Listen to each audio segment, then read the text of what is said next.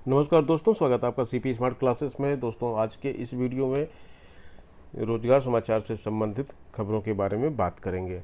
तो सबसे पहले शिक्षक भर्ती प्रक्रिया जारी रखने के लिए इजाज़त मिल चुकी है 69,000 शिक्षक भर्ती।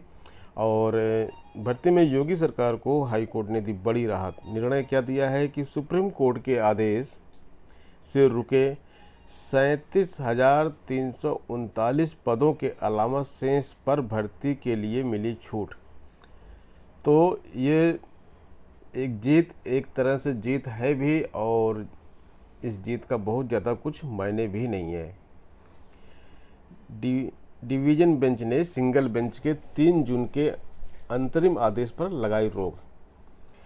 तो ये रोक लगा दी गई है और इसमें बोला गया है कि 37,339 पदों को छोड़कर शिक्षा मित्रों के लिए सुरक्षित रखते हुए, देखिए यहाँ पे लिखा हुआ है कि शिक्षा मित्रों के लिए सुरक्षित रखते हुए उक्त पदों को छोड़कर बाकी को भरने का आदेश जारी कर दिया है।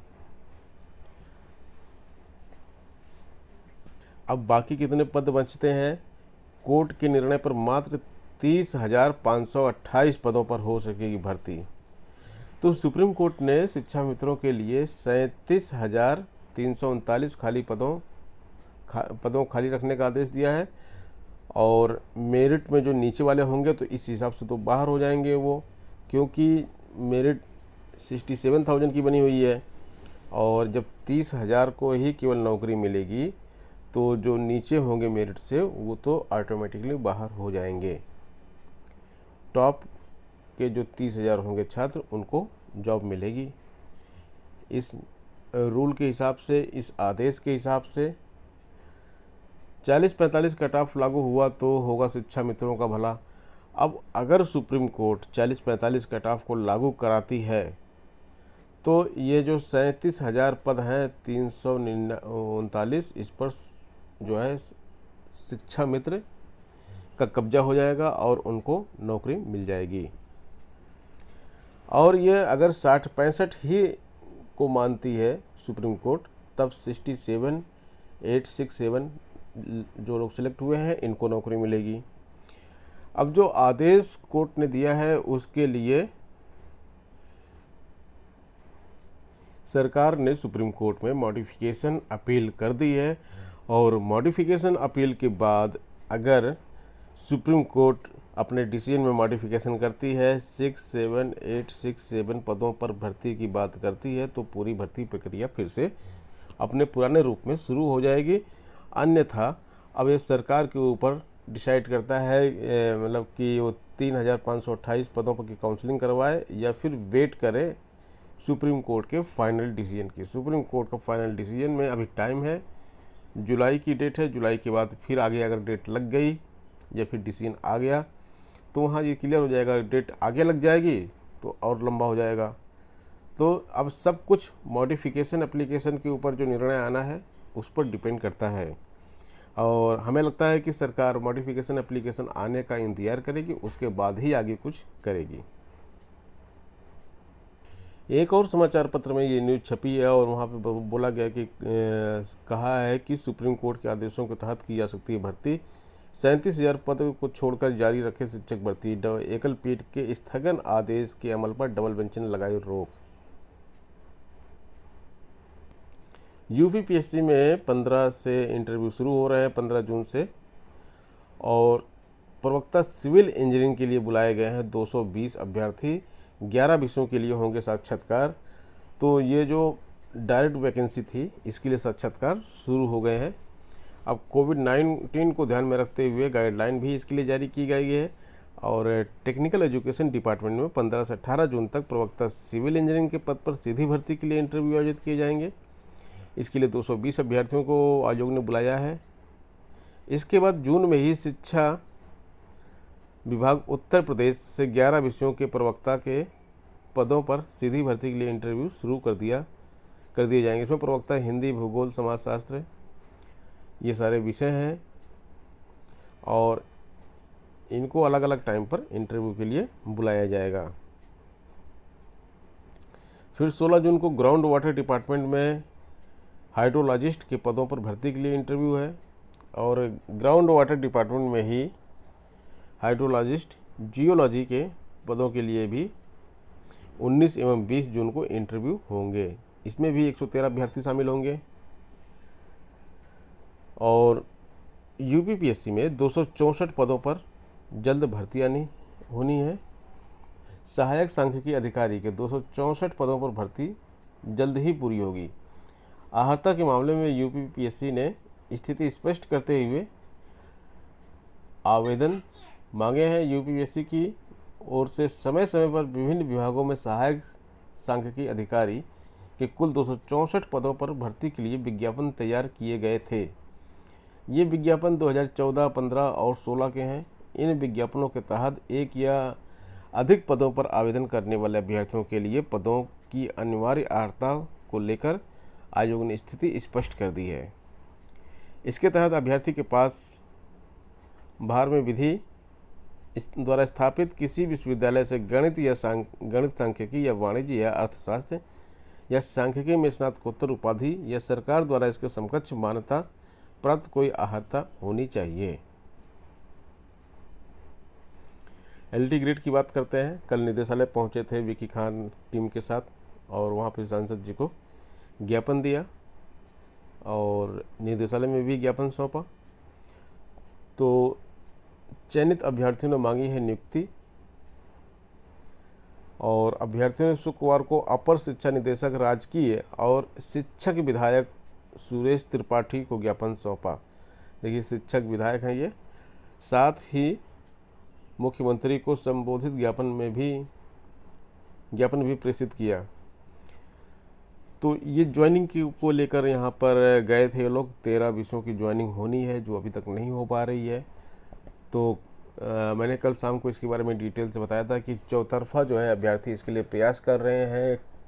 अपने अपने क्षेत्र के विधायक, सांसद, उन सबको जाकर ज्ञापन दे रहे हैं और उन सभी से लेटर पैड पर शिक्षा मंत्री को लेटर लिखवा रहे हैं और वहाँ से लेटर भिजवा रहे हैं। एलटी ग्रेड से संबंधित एक अन्य न्यूज भी है। इसमें नियुक्ति और रिजल्ट के लिए अभ्यर्थियों का मिशन न्याय शुरू हुआ है और मिशन न्याय में चयनित अभ्यर्थी जो है नियुक्ति की आस में अभी तक बैठे हुए हैं। हिंदी और सामाजिक विज्ञान के अभ्यर्थी रिजल्ट के लिए भटक रहे हैं। दोनों की समस्या सुनने का कोई तैयार नहीं है। अब नियुक्ति व रिजल्ट के लिए अभ्यर्थियों ने एकजुट होकर आवाज़ उठाने का निर्णय लिया है। सोशल मीडिया में मिशन न्याय के रूप में मुहिम शुरू कर दी गई है। अभ्यर्थी व्हाट्सएप ग्रुप, फेसबुक व ट्विटर के जरिए संदेशों का आदान प्रदान कर रहे हैं। सब लोग ध्यान से देखें इसको। जो भी एलटी ग्रेड के अभ्यर्थी हैं, यहाँ से आप व्हाट्सएप ग्रुप, किसी न किसी व्हाट्सएप ग्रुप के आप मेंबर होंगे। फेसबुक आप चलाते होंगे, ट्विटर आप यूज़ करते होंगे, कुछ ना कुछ तो आप करते होंगे। तो सब लोग यहाँ से अपना मैसेज कर रहे हैं। अभ्यर्थी सोशल मीडिया में रोजगार के अभाव में खराब आर्थिक स्थिति व पारिवारिक दिक्कतों को साझा कर रहे हैं। इसके जरिए वह मुख्यमंत्री व उच्च शिक्षा मंत्रालय देख रहे उप मुख्यमंत्री तक अपनी बात पहुंचाने की मुहिम चला रहे हैं।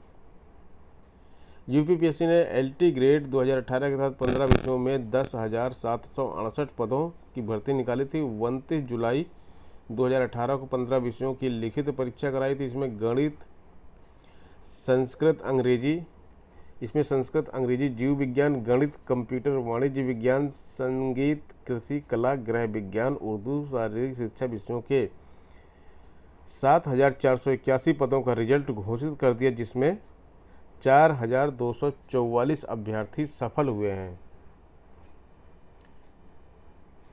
वहीं पेपर लीक प्रकरण में फंसने के कारण सामाजिक विज्ञान के 1854 व हिंदी में 1433 पदों का अभी रिजल्ट रुका हुआ है।